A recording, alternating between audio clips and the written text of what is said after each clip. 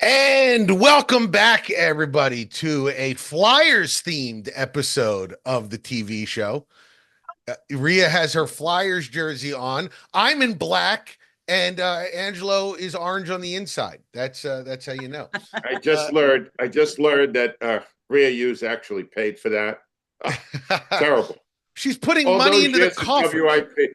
Rhea, I have a whole wardrobe of free stuff. Yeah, and it doesn't look as good as this because I actually You're bought it. wrong.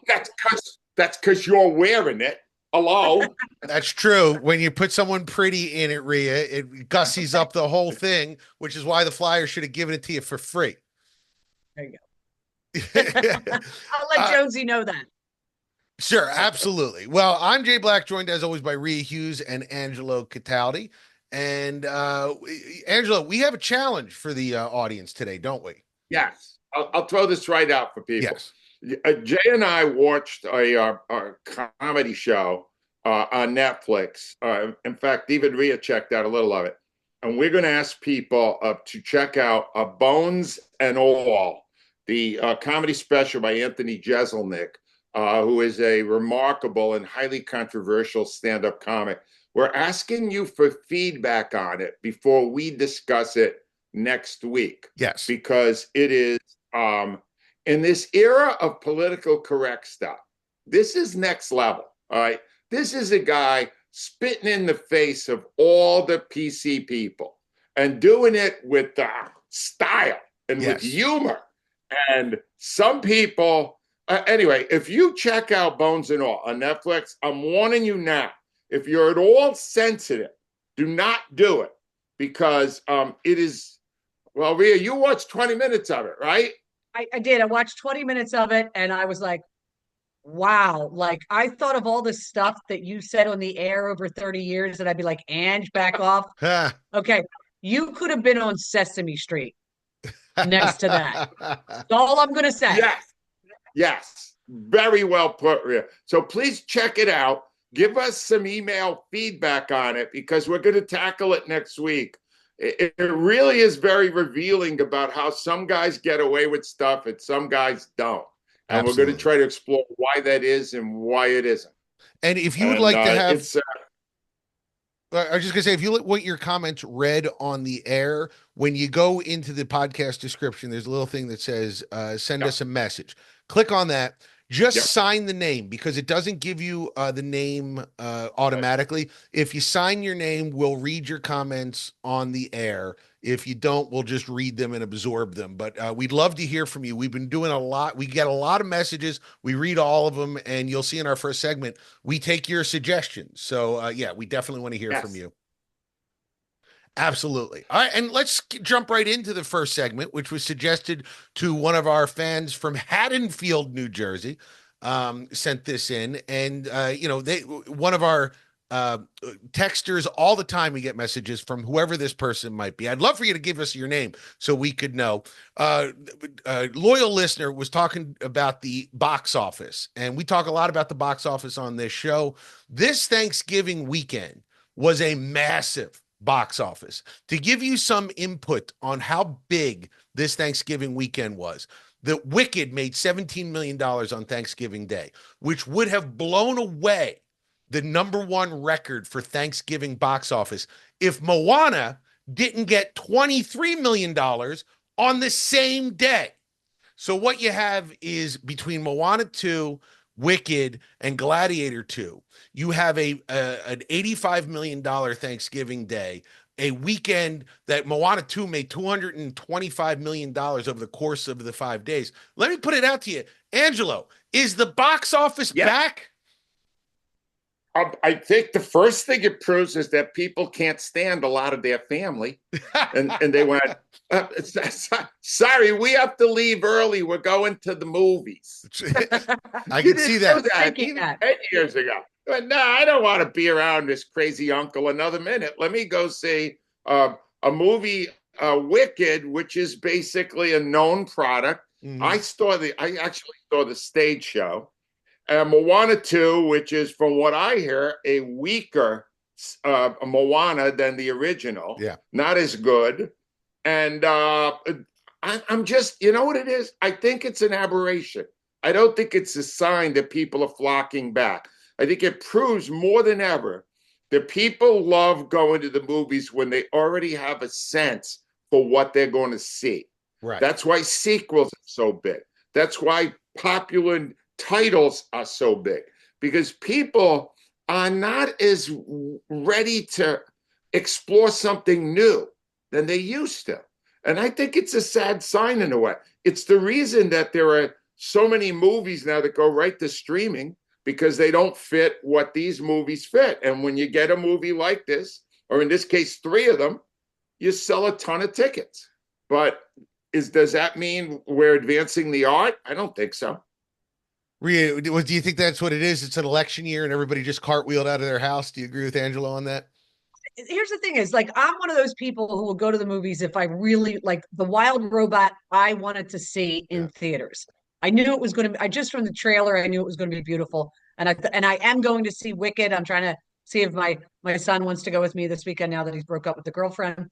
But you know, still broken up. Still broken up. he's busier than ever. It's very interesting. But I really want to go see Wicked, and that's something I want to see in the theater. I wanted to see why am I blanking on his name? We talked about him a couple weeks ago. He's like 95 years old. The movie Clint Eastwood. that they did. The Clint Juror. Eastwood. Juror number 2. But I just didn't have time, and they didn't leave it in the theaters long enough. To me, if there's a movie worth seeing, like Clark and I love Moana, but he was younger when the first one came out, and that's not something he'll go and see. I never saw Gladiator 1, so that didn't interest me. How'd you never see Gladiator 1? Wow.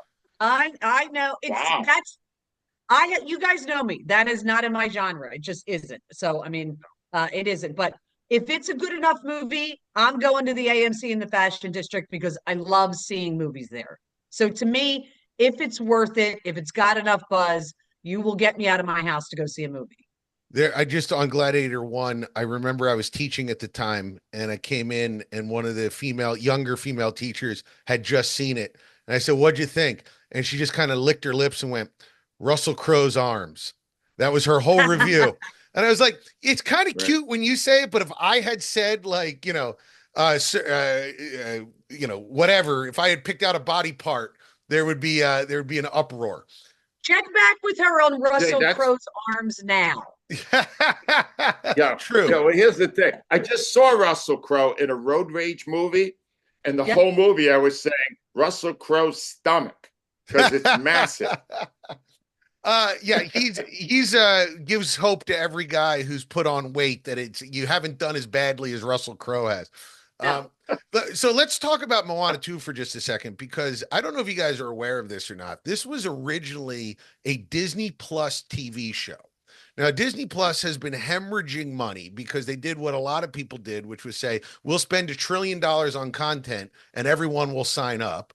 And then they didn't get as many signups as they thought, and they had to rejigger how they were going to do this financially. So somebody at Disney said, why are we releasing this for free on Disney Plus? Why not take all of the episodes, cut them together into a movie, and then sell it? Which you might go, well, that's kind of a cheesy cash grab. That feels like a David Zaslav move, except it paid off. They made $250 million just from America this weekend. Is this a terrible sign for the state of movies? Rhea, I mean, like people are saying they're coming out of it not aware of this, saying the pacing was a little weird in Moana too. It's like, yeah, it was. It was 10 episodes cut into 2 hours. Is that an aberration, or are we going to see more of this where content isn't looked at as like a movie or a TV show? It's just whatever we can make a buck off of. Well, let's be honest. You can get away with that, I think, with a children's show. Like I meant to see Moana with my son when it first came out when he was younger, and I enjoyed it immensely. I don't have any problem with animated movies, unlike somebody else on our panel, but I liked it. But to me, I don't think you'd be able to do that with a show like that's for adults, because the one thing we go episode to episode and we're like, wait a minute, this isn't marrying up with that. If you just mashed it all together, but I think with kids movies you can get away with a little bit more. I just do. Angelo, you agree? I don't agree. I don't agree at all with Rhea on that one. I believe that many of the series that we see on streaming could be boiled down to a really excellent 2-hour movie, or even But less than that. that's a different conversation. But here is the conversation, Rhea, and you probably know this better than any of us. The people that are best at determining how long a series should be streaming are the English, because they'll, without hesitation, they'll do a 4-episode thing that covers the real plot without all the padding. And a lot of what we're seeing, I see it over and over again. It's padded. You can almost tell. They're dragging this out till the cliffhanger at the end of the episode. So it's like 30 minutes of nothing much going on. They're going to tell you it's character development, but it really isn't. And that's why I think making it leaner usually makes it better. And the English have proved that over and over again. Right. Yeah, I think cutting it down, there was a famously Topher Grace, believe it or not, the kid from that 70s show, as an experiment, took all 3 Star Wars prequels and cut them together into one movie that is legendary, that like he shows it to his friends in Hollywood. I've never seen it. The Topher Grace cut is like this thing because he can't legally distribute it. Legal?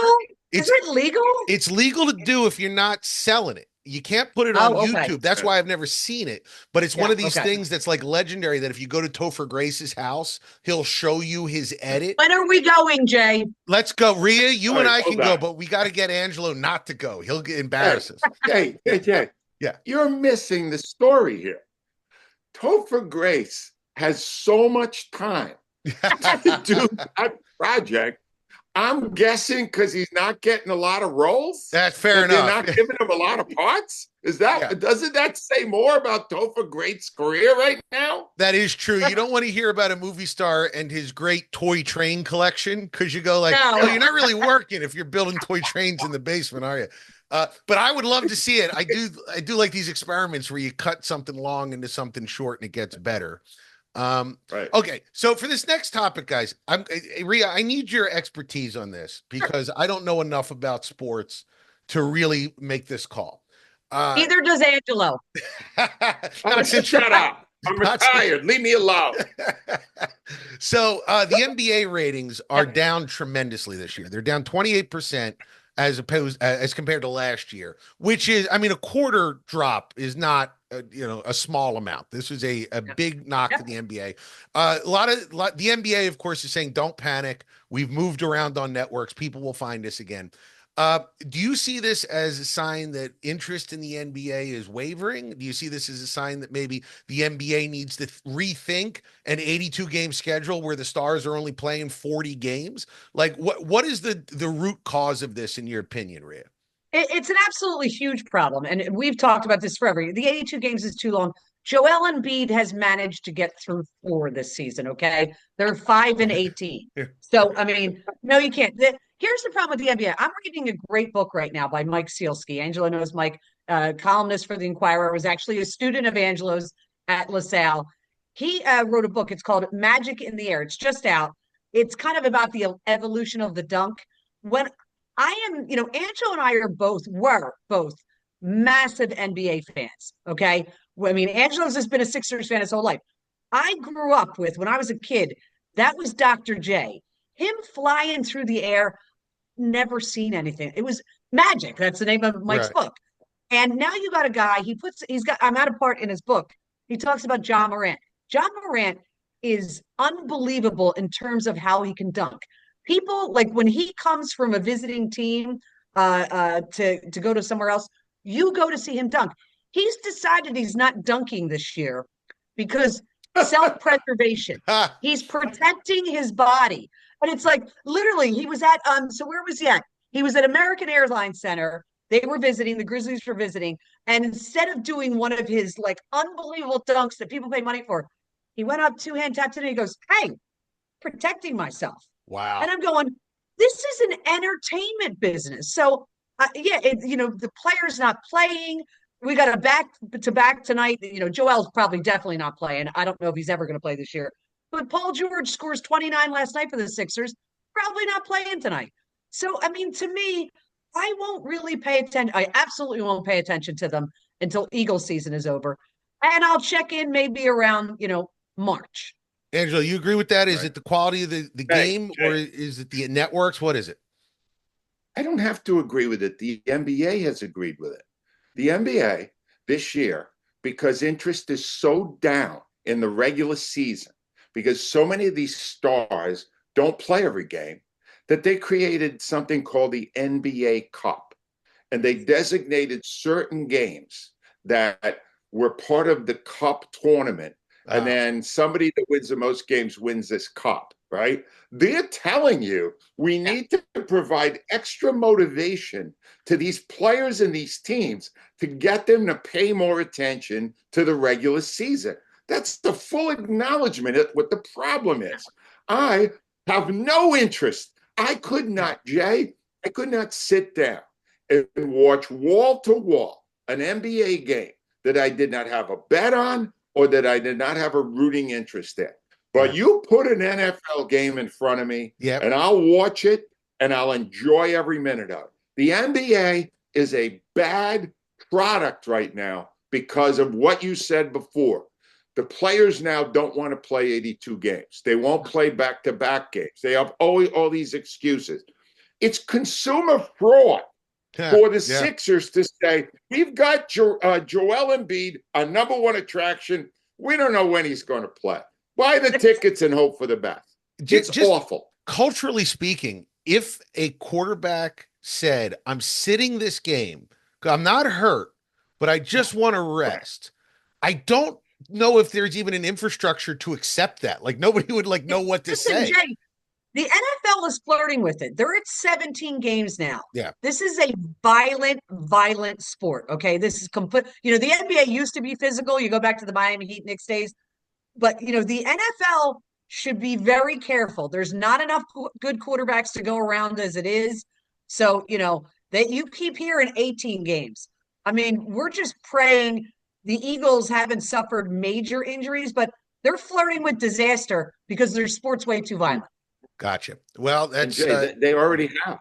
The scenario you just spelled out actually happens when a team is clinched what it's trying to do for the playoffs.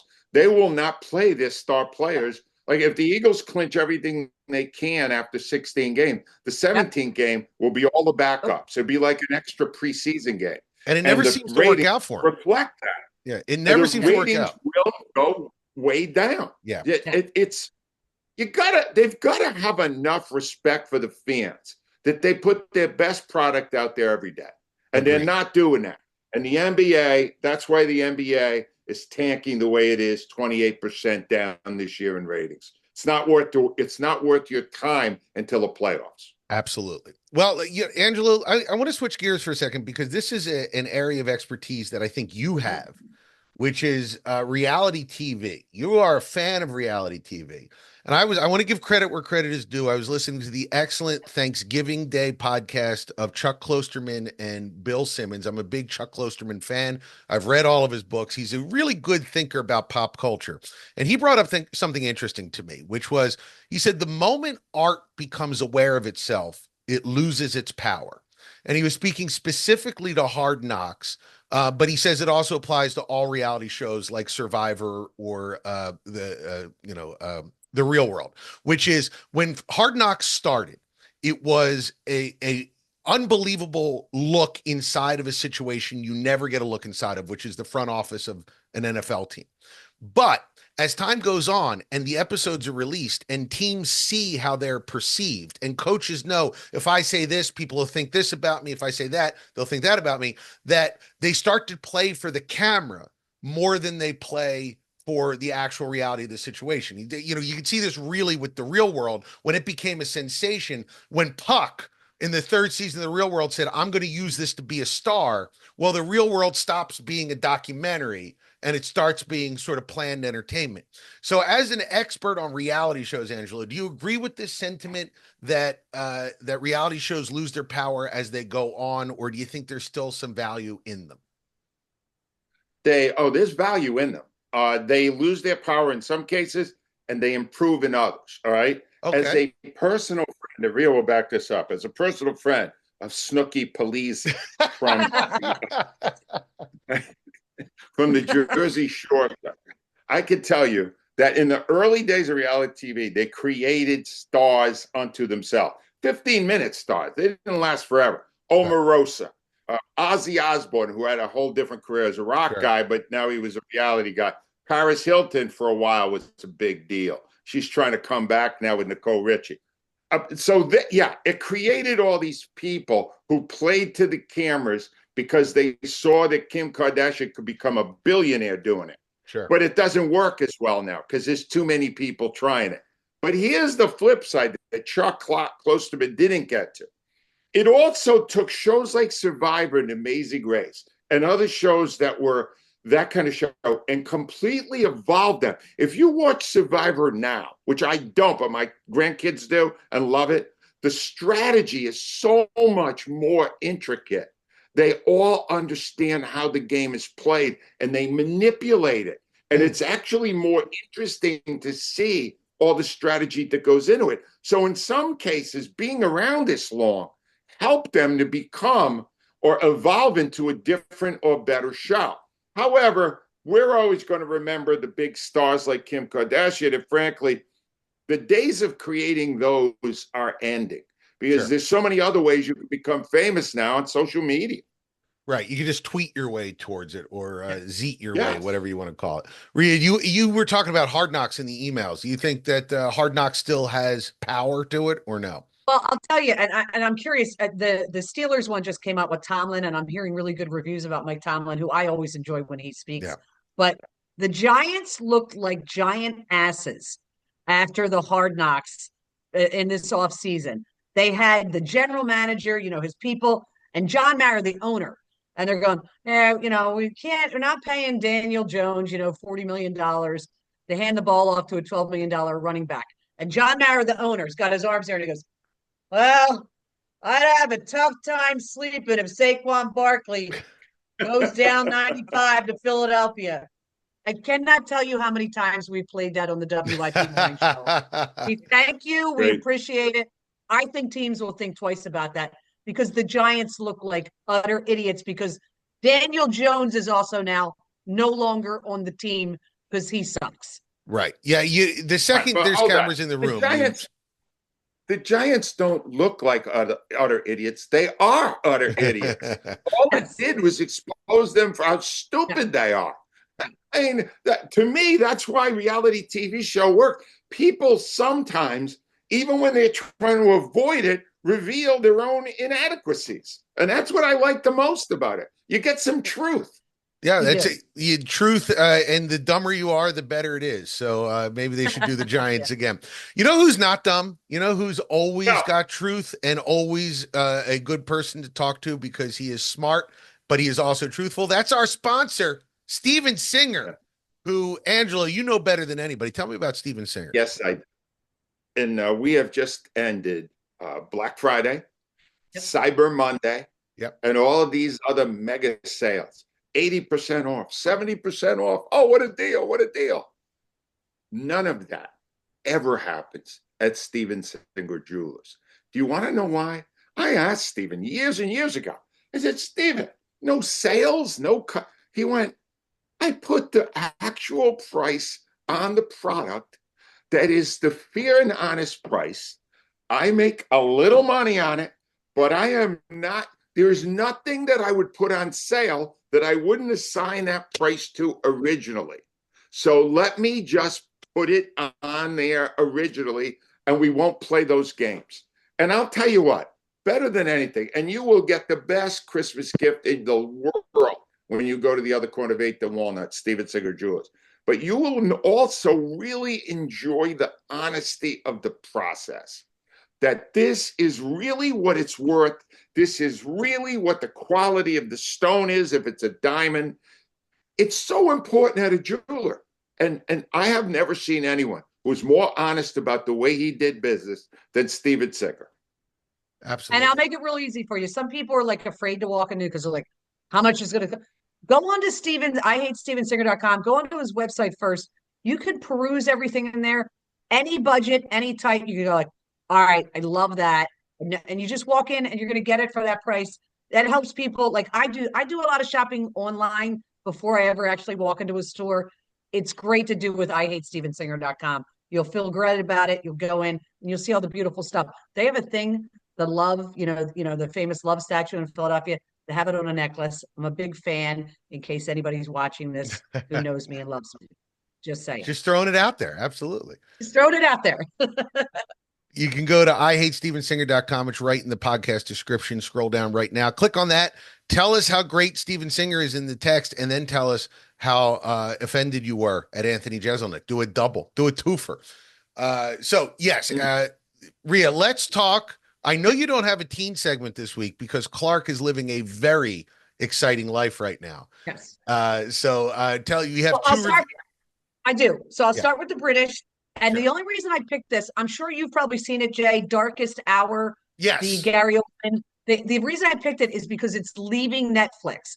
I don't know where it's going to wind up, if you're going to be able to find it. It is leaving Netflix on December 16th. I had never seen it, believe it or not. It's Gary Oldman as Winston Churchill, but it's a specific days, like from May to June 1940, when Hitler was basically taking over Europe. Winston Churchill was installed as the prime minister. He wanted to fight Hitler. His war cabinet wanted to make peace with him.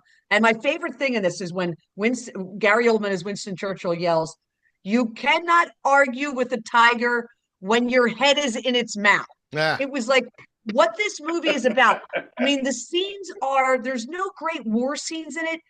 It's just, the beauty of the speeches of Winston Churchill, the way he could talk when you could understand him. I will just say there's a great scene where he's on the phone with FDR, basically begging FDR to get involved in the war. And FDR is like, we can't do it. The King George, who had taken over for his brother, who had abdicated. It's weird to see a movie that involves royalty in England that doesn't involve Queen Elizabeth, but she wasn't the queen yet. It was her father. Very cool. I'm just telling you, it was phenomenal. Gary Oldman is fantastic in it. But you only have a couple days, maybe about a week left to watch it. It is worth your time. I guarantee you will love it. Pause the podcast right now and go watch it on Netflix. Yes. Real fast, what do you think of the makeup? Because it won an Oscar, and I think he's wearing like a bad mask of Winston Churchill. I don't know how it won the Oscar. It's a little tough, but like I've watched, I think, everything Gary Oldman's ever been in. So he's great. I just deal with the acting. He's so brilliant. And what's her name? His wife in it. Kate Scott, or the British Kristen Scott Thomas. Yes, she's terrific as his wife too, as well. Absolutely. So that's on Netflix. Doesn't bother me. It was a little over the top, but that was Winston Churchill, frankly. Yeah, he looked like a bulldog, and so does the makeup. And so you also watched, I believe, The Madness, you said, on Netflix as well, Rhea. So do you have a... So The Madness was number 2 on Netflix this week. And I said, let me check it out. What I didn't realize is it's based in Philadelphia. It's 8 episodes.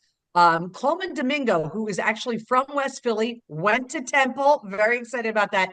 He plays the lead. He's a political TV pundit who lives in Philadelphia. He goes to the Poconos, rents a cabin for a weekend to unwind, runs into his neighbor, who a day later finds, and I will just say, if you're squeamish, when he finds him dead, I'm not giving up anything, finds him dead the next day, he's framed for the murder. And it's 8 episodes. Again, Angelo, as you mentioned earlier, I think it's up to 71% on critics right now, Rotten Tomatoes. They could have squished it down to 4 or 5 episodes, and I think it would have been brilliant. I watched it to the end because I invested time in it. Coleman Domingo is terrific. The woman who plays his daughter, Gabrielle Graham, she's a Canadian actress. She has a presence about her that I thought was amazing. The kid who plays his son, Thaddeus Mixon, he's really good. He's an up-and-coming actor. And I know, Jay, you know Dion Cole. I'm sure you've heard of him. Yeah, he plays his agent. It's the Philadelphia scenes are really good. It's a good mystery, but they could have shrunk it down. I liked it. I didn't love it, but I think it's, worth your while. The scenes in Philadelphia are great in it. And Coleman Domingo is a lead actor. I loved him. He was great every time he was on screen. The Madness on Netflix. Got it. Rhea Hughes, thank you. Angela, what'd you watch this week? All right. Before I do that, I'm giving everybody assignments this week. I'm sorry for this, but Rhea, if you already recommended this, please stop me. But I have hooked on a show that I realized early on was kind of English Irish, and I would love for you to check it out because the whole first two episodes that I watched, I was thinking of you and going, "Oh, murder mystery, English. It's set in Ireland. This is Okay. Rhea." Did you ever hear of Bodkin? I did Bodkin. review it. It's amazing. You did. I reviewed it It's months great. ago. I thought you No, did. you It know, but slipped. you might have been off or something like that, but I Yeah. absolutely reviewed it, and it is so good. So double Oh, thumbs up. Will Forte, check that out. Thank you, Rhea. I watched something I've been looking forward to for weeks and weeks. I finally just sprung for it and paid for on demand to rent it Saturday night. Oh, how'd you like it? The story of the first Saturday Night Live show. And look, not everyone's going to love it. But if you love TV, you're probably listening to this podcast. Yeah. And you love how they create television. And it was directed by Jason Reitman, who's done a lot of really great stuff. And he understands how to add drama. And it's just, I loved every second of it. I'm going to watch it again. All right. That's how much I loved it because there were so many great characters in it. First of all, they took the original core group of Saturday Night Live and recast it with people who are impeccable. The guy that plays Chevy Chase, who I have met, is more Chevy Chase than Chevy Chase is. He's unbelievably great. All right. The guy that plays Lorne Michaels is really good. He's a little short, but we'll let that one go. And two other things. Oh my God. J.K. Simmons, who still is in almost every show I watch, plays Milton Berle, who walked behind the scenes on the first thing. And now I need a moment, need a time. As you know, ladies and gentlemen, I'm taking great pride in the fact that I think better than anyone on the internet in the podcast world, I have covered the revelation of penises in shows better than anyone. And I would like to tell you with pride that in this show, there is a moment where they show you part, not all, part of the legendary penis of Milton Berle. Legendary. That alone, Jay, is worth He's the price dead. of it. It's not his penis. No, Rhea, in real life, it is. I've done a lot of work on this. I know. It's the world's penis now, Rhea. It's the world's penis. The man had an anaconda. Yeah. So anyway, 6'7" cousin Greg is in it, both as Jim Henson, Andy Kaufman, and a lot of people don't know this. He plays Milton Berle's penis. No, he does not. But he's really good in it. Yeah. And I knew that he played both parts, but he played both. Jim Henson. Oh, it's just look. It's not for everyone because my wife fell asleep through it. All right. And Gail said, she said, listen, it's real inside stuff, which to me makes it perfect. You've got to check it out. Wait, I wouldn't rush to spend the $20. Wait till it comes down to $5.99 as a rental, or wait till it comes to one of the streamers. But man, I loved it. I loved it, and I give it my highest recommendation. I really want to see it, but I'm a cheapskate. I might have to pay for it. I have one quick recommendation. It's just for fun. The Yacht Rock documentary on HBO Max is fantastic. Just a quick recommendation. Rhea, I'm flying. What is that? Yacht Rock documentary on HBO Max. It is fantastic. I'm flying to Hawaii on Friday, and it is on my iPad to watch. Yes, so that is. You will love it. It's really great. On my list. So I have a quick review of Gladiator 2. I give it a 3.5 out of 5. My son gave it a 4.5 because he's young, and I don't think he quite understands the power of Russell Crowe. Because when you saw Russell Crowe in the original Gladiator, everybody stood up and said, well, we have a new movie star, everybody, back up. Unfortunately, Paul Mescal, for as good looking as he is and for as hard as he tries, he's just not that guy. And it's not his fault, because there's only like 40 of them in the history of the world that has walked out onto a movie screen and everybody at once said, oh, right, a movie star. So, you sort of go into it thinking that. It carries the gravitas of Russell Crowe's performance with it, but it just can't live up to it. So even though the spectacle has been raised by the increased computer graphics, like for instance, they flood the Coliseum and fill it with sharks. So that's a fun moment as they're falling into the water and being torn apart by sharks. That spectacle is better than the original just because that, technology has progressed. But the problem is there's a hole in the center of the movie that has to be filled by a gigantic star, and Paul Mescal just isn't that guy. So it's a good movie, not a great one. You can see it in theaters now. Be one of the $700 million spent at the box office this weekend, and go check it out if you want. But you don't have it. You probably do have to see it on a big screen to absorb the spectacle, but I don't know if it's worth the $20 to see in the theater. So, Angelo, what did we talk about this week? What do we got? If you want to make the people who made Wicked and Moana 2 even richer, they are both in theaters now, making a lot of money. All right. If you would like to watch the NBA, do what I do and wait till April when the playoffs start. Hard Knocks. If you would like to see a team blow itself up with its own stupidity, watch Hard Knocks, the Giants episodes that led into this season. They're available on ESPN. If you would like to see reality TV, the ones we talked about Survivor, that's on CBS, all along with Hulu and Paramount Plus. You could check out those or check your local listing. Darkest Hour is gotten a very high recommendation for Rhea on Netflix.